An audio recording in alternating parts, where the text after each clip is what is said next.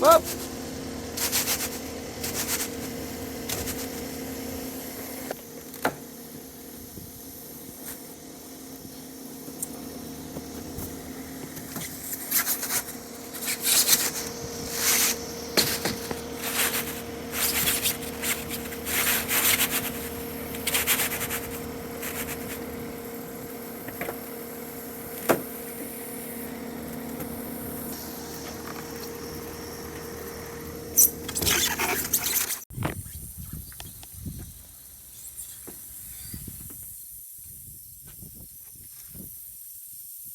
Alright, so I'm using up some old spray foam to try to glue some of these together.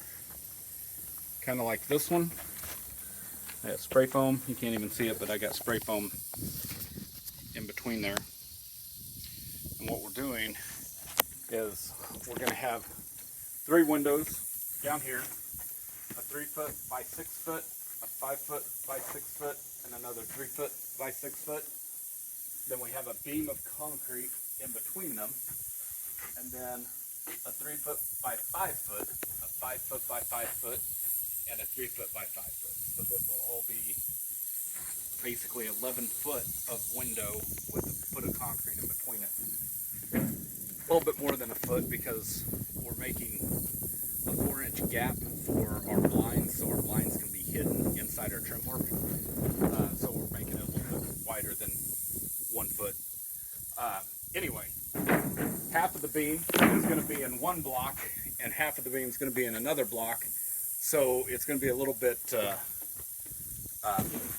loosey-goosey. So I'm trying to glue them together before we cut them, and hopefully that will kind of make it all one piece. So then when we cut it, they don't all fall apart on us. That's the goal. We'll let you know how it goes. Oh, and by the way, Loosey Goosey was in the Fox Blocks official training course as a definition, so I didn't just make it up. All right, maybe that's a lie.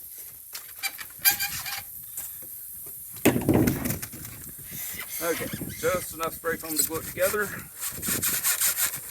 Squishy, squishy, and I need clips. I got it! Nothing like the junk box. And we'll have to take these clips out when we go to cut because the chainsaw blade doesn't like these at all. I think we've sharpened the blade 3 times so far. Now we're just melting through plastic at this point.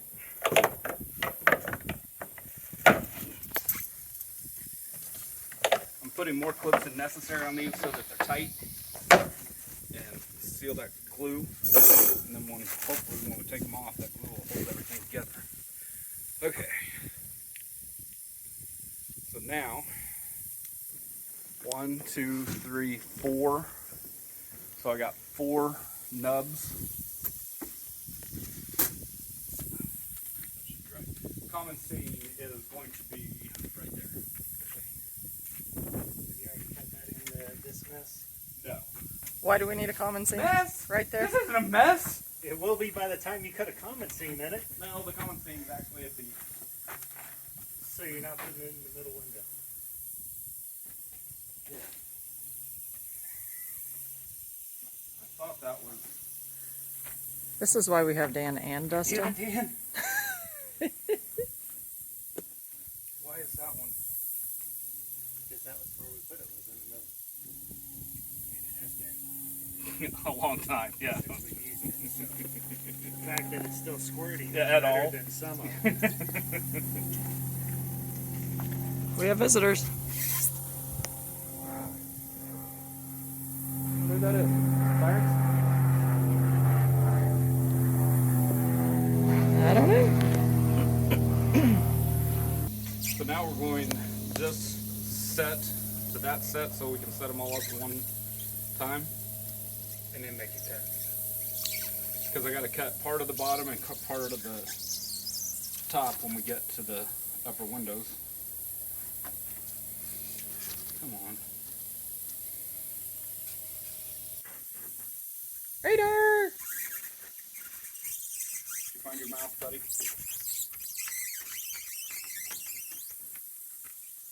get the crunchies. His feet look more like his beard normally does. Right? Radar's been out working here. He's been digging, can you tell?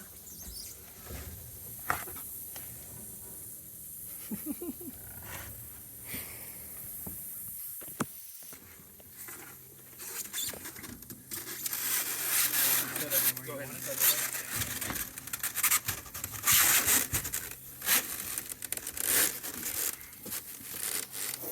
So we got a common seam that's going above the this window right here.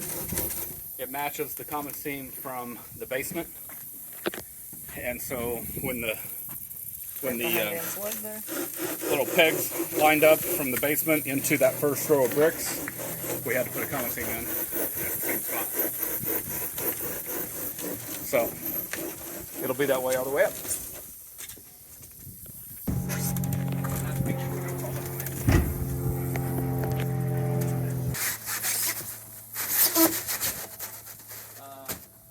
Oh, that's because it's cut out.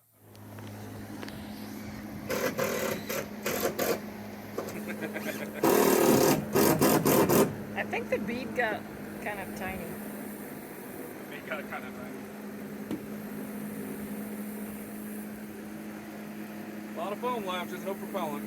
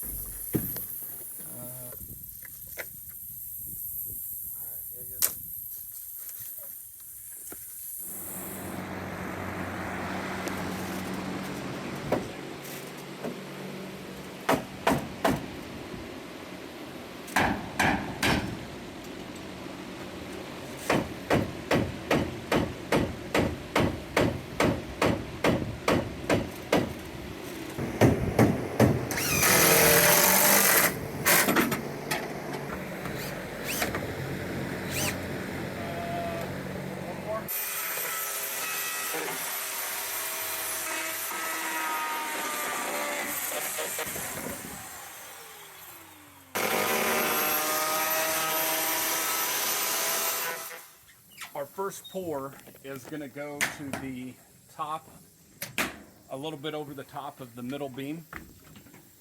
So we're actually going to fill up and over our up and downs so that we definitely have enough concrete that we fill this beam entirely when we vibrate it. And so we'll have our rebar in there. We'll vibrate the concrete to make sure it flows in through there. All of this will be bucked out with the fox buck and then braced on the inside with 2x6s.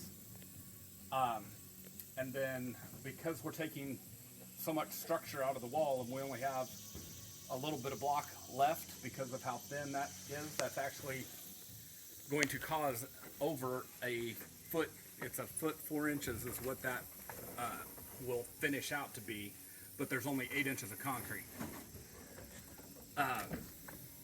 So we needed to make sure that we had structure left in the block, so we put a 2x4 up there and screwed it.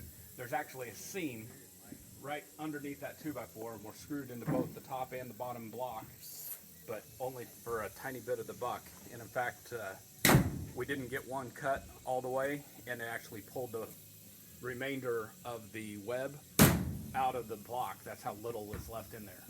We did glue all of these blocks together. We Yep. typically don't glue the blocks together, but we glued all of these blocks together yesterday in preparation for this because we knew that we were going to be cutting so much of the structure out of the block.